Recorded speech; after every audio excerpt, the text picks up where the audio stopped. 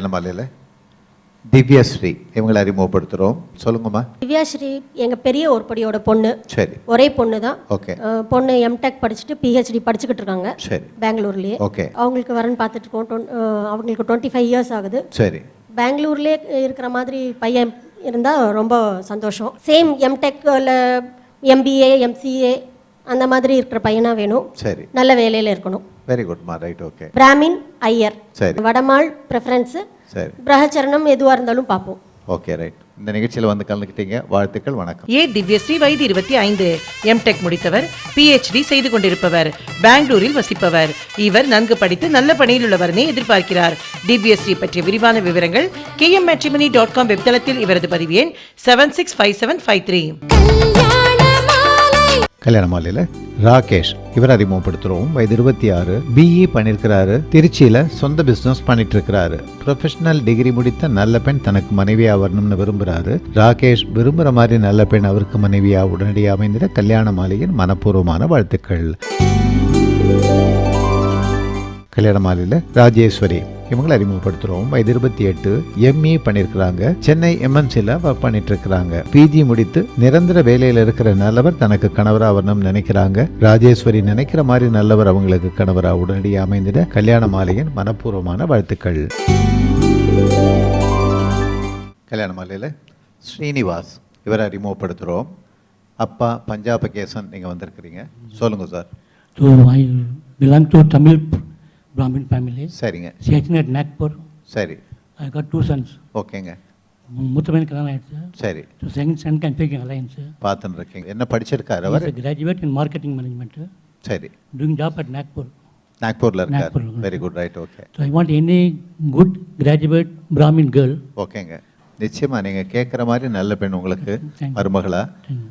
ஸ்ரீனிவாசுக்கு சிறந்த மனைவியாக கல்யாண மாலை மூலமாக வந்து அமைவாங்க. இந்த நிகழ்ச்சியில் கலந்துக்கிட்டீங்க. வாழ்த்துக்கள். வணக்கம். Thank you. P. ஸ்ரீனிவாஸ் வயது 37, டிப்ளமா இன் மார்க்கெட்டிங் முடித்தவர், நாக்பூரில் பன்னாட்டு நிறுவனத்தில் பணியில் உள்ளவர். இவர் பட்டதாரி மணமகளை எதிர்பார்க்கிறார். ஸ்ரீனிவாஸ் பற்றிய விரிவான விவரங்கள் kmmatrimony.com வெப்தளத்தில் இவரது பதிவு எண் 765799. கல்யாண மாலையில் கார்த்திக் இவர் அறிமுகப்படுத்துகிறோம். வயது 29, BBA மேலும் MBA பண்ணியிருக்கிறாரு. நியூ டெல்லி ஃபோர்ட் கார்ஸில் ஒர்க் பண்ணிட்டு இருக்கிறாரு. டிகிரி முடித்த நல்ல பெண் தனக்கு மனைவியா வரணும்னு எதிர்பார்க்கிறாரு. கார்த்திக் எதிர்பார்ப்புக்கேற்ற நல்ல பெண் அவருக்கு மனைவியா உடனடியாக அமைந்திட கல்யாண மாலையின் மனப்பூர்வமான வாழ்த்துக்கள். கல்யாண மாலையில் ஆதிசேஷன் இவர் அறிமுகப்படுத்துகிறோம். வயது 34, MSc பண்ணியிருக்கிறாரு. அஸ்ஸாம் அகர்தாலால IT மேனேஜராக ஒர்க் பண்ணிட்டு இருக்கிறாரு. நன்கு படித்த பெண் தனக்கு மனைவியா வரணும்னு விரும்புகிறாரு. ஆதிசேஷன் விரும்புகிற மாதிரி நல்ல பெண் அவருக்கு மனைவியா உடனடியாக அமைந்திட கல்யாண மாலையின் மனப்பூர்வமான வாழ்த்துக்கள்.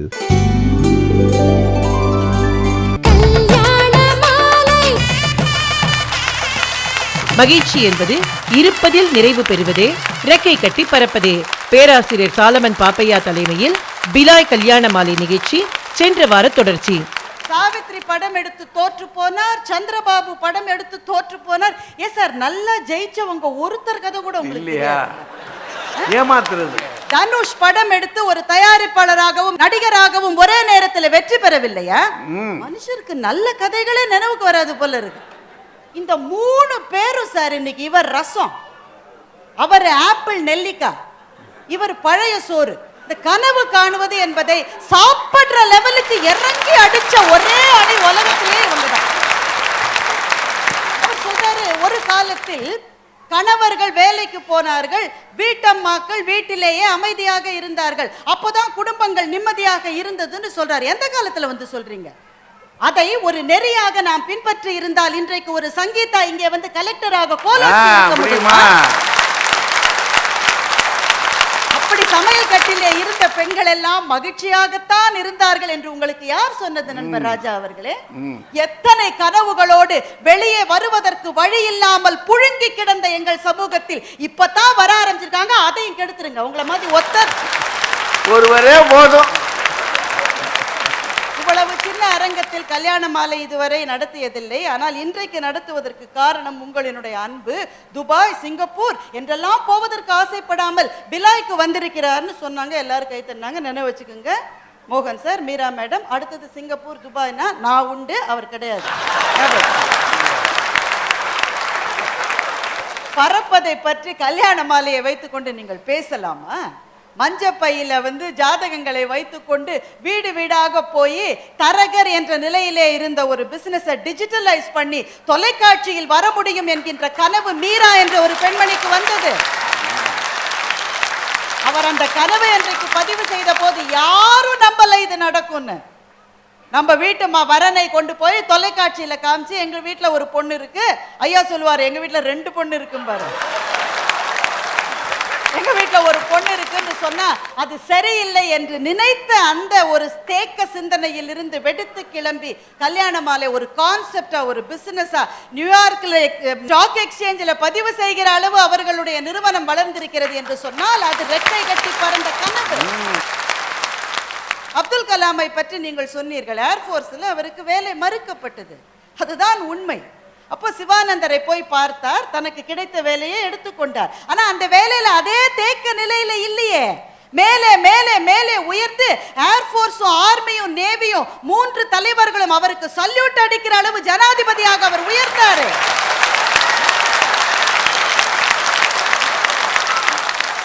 வென்றதை தின்று விதி வந்தால் வாழ்வோம் என்று கிடைத்ததை மாத்திரம் கையிலே வைத்துக் கொண்டு வாழ்கிறவர்களால் மானுட சமூகம் ஒரு அங்குலம் கூட முன்னேறவில்லை நண்பர்களே, ஒரு அங்குலம் கூட முன்னேறவில்லை.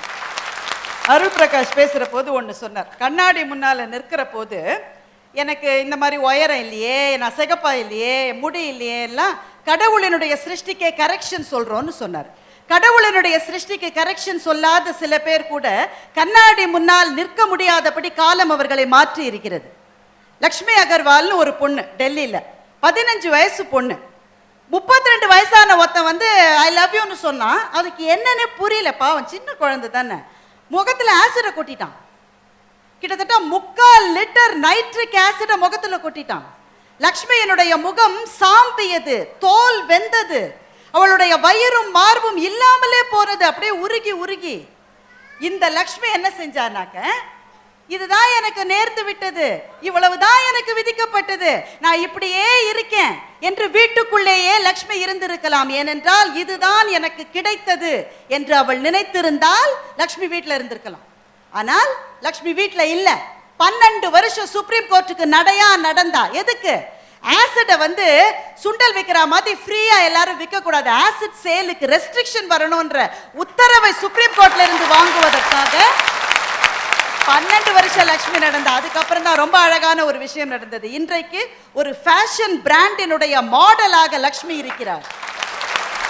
இப்ப சிவப்பா இருக்கிறவர்கள், அழகான மினுமினுக்கின்ற தோலை உடையவர்கள், அழகான பறக்கின்ற கூந்தலை உடையவர்கள் தான் மாடலா இருக்க முடியும்ன்றதை உடைத்து அழகு என்பதே என்ன என்பதை மாற்றி காட்டினாலே லக்ஷ்மி. அவள் தான் உயர பறந்தவர். கனவு கண்டவர்கள் யாரும் தகுதிக்கு மேலே கனவு கண்டவர்கள் அல்ல. அந்த நிலையை அடைவதற்கு ஒவ்வொரு படியாக போக வேண்டும் என்பதை சிறு முளையிலேயே அவர்கள் கனவாக தங்களுக்குள்ளே விதைத்துக் கொண்டவர்கள். பறக்கின்ற பறவைக்கு என்ன லாபம் வரும் என்று நண்பர் ராஜா கேட்டார். பறவை பறந்து என்ன செய்ய போகுது? கூண்டு கிளி ஒன்று இருந்தது நண்பர்களே, ஜோசியக்காரன் வளர்க்கிற கூண்டு கிளி. ஒரு அட்டையை எடுத்து கொடுத்து விட்டு பரிசாக 2 நெல்மணிகளை வாங்கி கொண்டு கூட்டுக்குள்ள சமத்தா உட்கார்ந்து இருக்கிற கிளி. ஒரு நாள் அந்த ஜோசியக்காரன் கதவை மூடுவதற்கு மறந்து விட்டான். கிளி லேசா வெளியில வந்தது, அப்படியே கொஞ்சம் கொஞ்சம் பறந்து போக ஆரம்பிச்சது. பக்கத்து கூண்டுகளிலே இருக்கிற கிளிகள் அந்த கிளியை பார்த்து சொன்னது, போகாத போகாத, ஆபத்து, நெல்மணி கிடைக்காது, வெளியில போன ஆபத்து, போகாத போகாத. ஆனால் இந்த கிளி கொஞ்சம் பறக்க ஆரம்பித்தது நண்பர்களே, ஏனென்றால் வானம் அதை வசீகரித்தது. 8 திக்கும் பறந்து தெரிந்தது, ஏறிய காற்றில் விரைவோடு நீந்தியது. மட்டுப்படாதெங்கும் கொட்டி கிடக்கும் வானொலி என்னும் அமுதின் சுவையை உண்ணுவதற்காக அந்த கிளி பறந்து பறந்து பறந்து வானத்தில் போய் அந்த ஆனந்த லகரியிலே மிதந்தது. பறப்பதற்கான சந்தோஷத்தை அனுபவிப்பதற்காக மாத்திரமே பறவைகள் பறக்கிறது.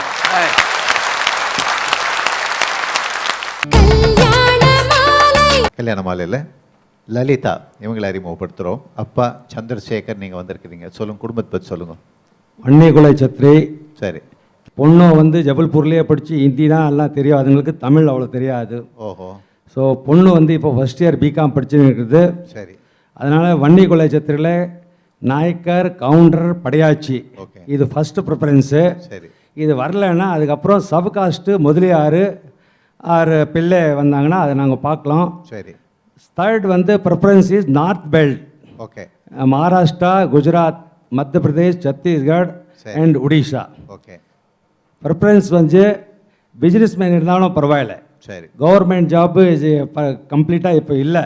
சரி. ஸோ அதனால் பிஸ்னஸ் மேன் இருந்தால் ஒரு ப்ரிஃபரபிளாக வந்து எனக்கு பிள்ளை மாதிரி மரும் பிள்ளைன்னா பார்த்துக்கிற மாதிரி என் பொண்ணை வந்து அவர் அவங்க ஃப்ரெண்டு மாதிரி பார்த்துக்கிற மாதிரி பிள்ளை நான் எனக்கு தேவைப்படுறது. ஃபர்ஸ்ட் கிளாஸ் ஆள் உங்கள் ஃபேமிலியில் மாப்பிள்ளையாக வந்து சேருவாங்க. லலிதாவுக்கு சிறந்த கணவன் கிடைப்பாங்க.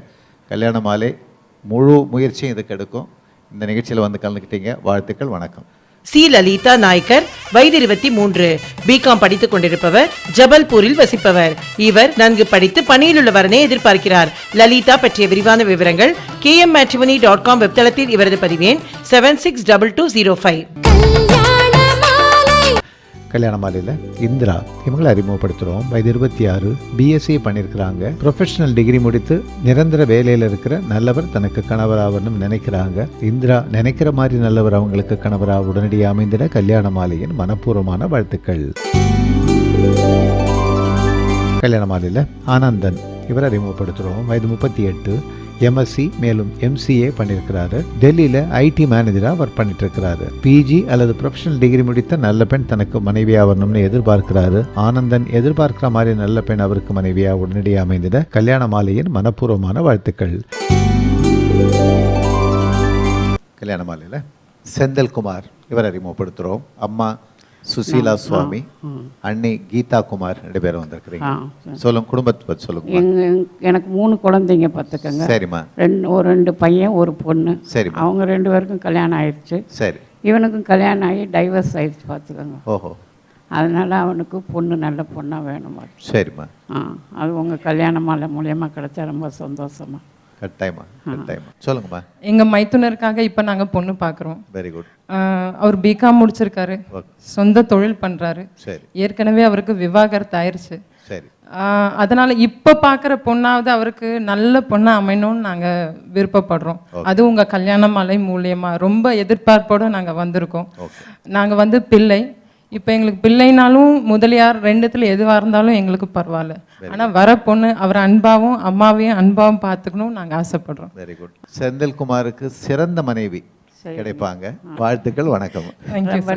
எஸ் செந்தில்குமார், வயது 39, பிகாம் முடித்தவர், சத்தீஸ்கரில் சொந்த தொழில் செய்பவர், விவாகரத்து ஆனவர். இவர் அன்பான இல்வாழ்க்கை துணையை எதிர்பார்க்கிறார். செந்தில்குமார் பற்றிய விரிவான விவரங்கள் kmmatrimony.com வெப்தளத்தில் இவரது பதிவேன் 765749.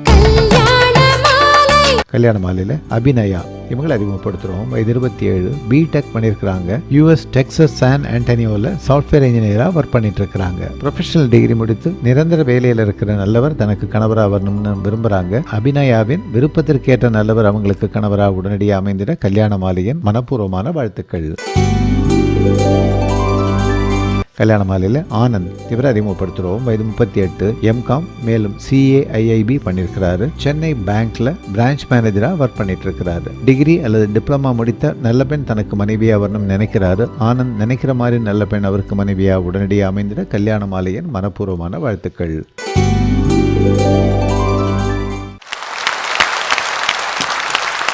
அருள் பிரகாஷ் பேசுற போது ஒரு அழகான வரிய சொன்னார். தோட்டத்திலே பட்டாம்பூச்சி இல்லைன்னு வருத்தப்படாதுங்க, வீட்டுல கரப்பாம்பூச்சி இல்லையேன்னு சந்தோஷப்படுங்க. கரப்பாம்பூச்சி இல்லாத ஒரு வீடு இந்தியாவில் சொல்லுங்க, உங்க பிளாஸ்ட் ஃபர்னஸ்குள்ள நான் குதிச்சிடுறேன். ஆனா அருள் பிரகாஷ், உங்களுக்கு ஒரு உயிரியல் உண்மை தெரியுமா? பட்டாம்பூச்சி எப்பவுமே பட்டாம்பூச்சியா இல்ல, முதலில் அது புழுவாகத்தான் இருந்தது.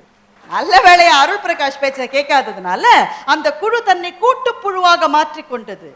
அது தலைகீழாக தொங்கியது, உணவை துறந்தது, உருகி கரைந்தது.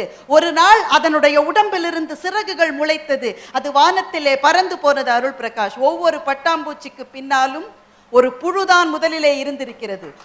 புழுவாகவே வாழ விரும்பினால் இந்த உலகத்தில் பட்டாம்பூச்சிகளே இருக்காது. இந்த கிணறே எனக்கு போதும் என்று நினைக்கின்ற தவளைகளால் அல்ல, வானம் கூட எனக்கு போதாது என்று நினைக்கின்ற பறவைகளினால் தான் இந்த பூமி இன்னமும் இன்னமும் அழகாகி கொண்டே இருக்கிறது. இந்த தேசத்தினுடைய சுதந்திர போராட்டத்தினுடைய ஆரம்பம் எப்படி இருந்தது?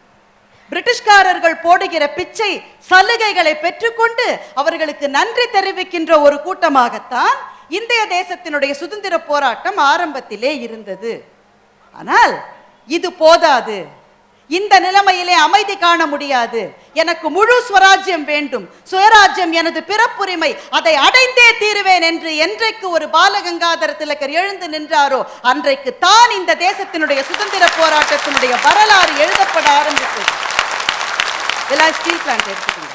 1955க்கு முன்னாடி பிலா என்கிற நகரத்தை எங்கே அப்படின்னு இந்தியா மேப்ல நீங்க பூத கண்ணாடி வச்சு பார்த்தா கூட கண்டுபிடிச்சிருக்க முடியாது. இந்த இடத்துல இந்த ஸ்டீல் பிளான்ட் வந்த போது முதல்ல என்ன நினைச்சாங்க, 1 மில்லியன் டன் கெப்பாசிட்டியில இவங்க அயனை ப்ரொடியூஸ் பண்ணாலே அது ரொம்ப பெரிய விஷயம், அதுவே நம்ப முடியாத ஒரு அதிசயம். ஆனா இவங்க 3 பேர் என்ன சொல்றாங்கன்னா 1 மில்லியன் டன் கெப்பாசிட்டி வந்த உடனே உள்ளதே போதும், இனிமேல் எதுவுமே தேவையில்லை, இதுவே நிறைவு. ஆனா 1 மில்லியன் டன் போராது, 4.5 மில்லியன் டன் வேணும்னு கனவு கண்ட தொழிலாளர்கள், என்ஜினியர்கள் அத்தனை பேரினுடைய கனவு பூக்களும் இந்த பிரதேசத்திலே பூத்திருக்கிறது. 4.5 வந்தப்புறம் கூட இதுவும் போதாது, 7 மில்லியன் டன் என்ற அடுத்த எல்லைக்கு போக வேண்டும் என்ற கனவுகள் விரிகிற போது தனி மனிதர்கள் மாத்திரம் எழுந்து நிற்பதில்லை, ஒரு தேசமே எழுந்து நிற்கிறது. மறந்துடாது. தோல்விகள் வரும் என்று 3 பேரும் பயமுறுத்துகிறார். வந்துட்டு போட்டுமே கழுத, என்ன இப்போ தோல்வி வந்துட்டு போட்டுமே. பொறியின்மை யாருக்கும் பழி என்று, ஆழ்வினை இன்மை பழின்னு வள்ளுவ தாத்தா நமக்கு சொல்லியிருக்காரு இல்லையா. வெற்றி பெறாதது பழி அல்ல, முயற்சியே செய்யாம இருக்கிறவனை சும்மா விடக்கூடாதுன்னு பின்னாடி 3 பேர் வருவாங்கன்னு தெரிஞ்சுட்டே வள்ளுவர் அன்னைக்கு சொல்லியிருக்காரு. நாராயணமூர்த்தியினுடைய கதை இன்றைக்கு உலகம் முழுவதும் எல்லா பாட புத்தகங்களிலும் வைக்கப்படுகிற கதை. ஐஐடி கரக்பூர்ல படிச்சாரு. கோர்ஸை முடிச்ச உடனே ஒரு சின்ன பிசினஸ் ஆரம்பிச்சாரு. 1 வருஷம் நடத்தினாரு. கம்ப்ளீட் ஃபெயிலியர், முழுமையாக தோற்று போனார். தோற்று போன பிறகு பத்னி கம்ப்யூட்டர்ஸ்ல வேலை கிடைச்சது, போய் சேர்ந்தாரு. விரும்பிய பெண்ணை காதலித்து கல்யாணம் பண்ணிக்கிட்டாரு. மகன் பிறந்தான். இதை விட என்ன சார் வேணும் வாழ்க்கையில? வேலை இருக்கு, சம்பளம் இருக்கு, கல்யாணம் ஆச்சு, குழந்தை பிறந்தாச்சு, நிம்மதியா ஈஸியார போட்டு உட்காந்துட்டு சந்தோஷமா மிஞ்சிய வாழ்நாளை கழித்திருக்க வேண்டியதானே. முடியல, முடியாது. உள்ளே இருக்கிற கனவு உங்களை உறங்க விடாது நண்பர்களே, உங்களை உறங்க விடாது. சுதாமூர்த்தி தன்னுடைய நகைகளை விற்று கொடுத்த 10,000 ரூபாயை வைத்துக் கொண்டு இன்ஃபோசிஸ் என்ற நிறுவனத்தை நாராயணமூர்த்தி ஆரம்பித்தார். இந்தியாவை ஐடி மேப்பில் மிகப்பெரிய வல்லரசாக வளர்த்தது அந்த ஒரே ஒரு சிறு முயற்சி தான்.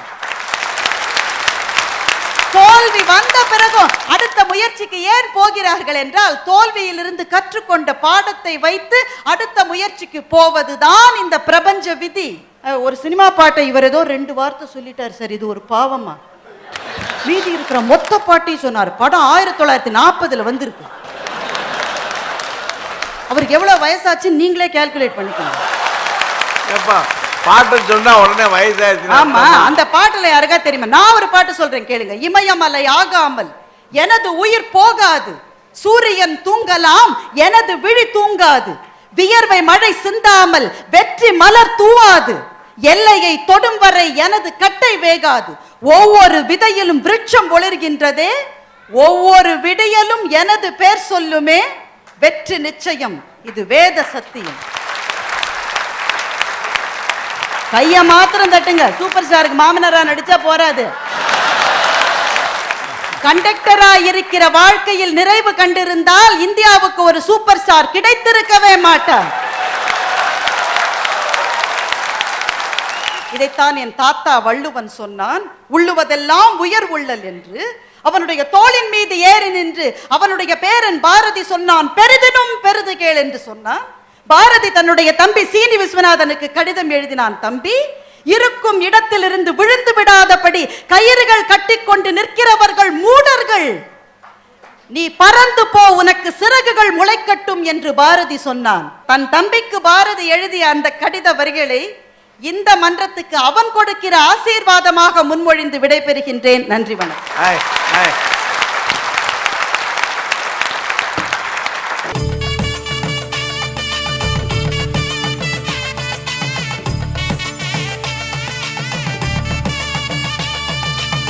திருமணம் இணையும் திருமணம்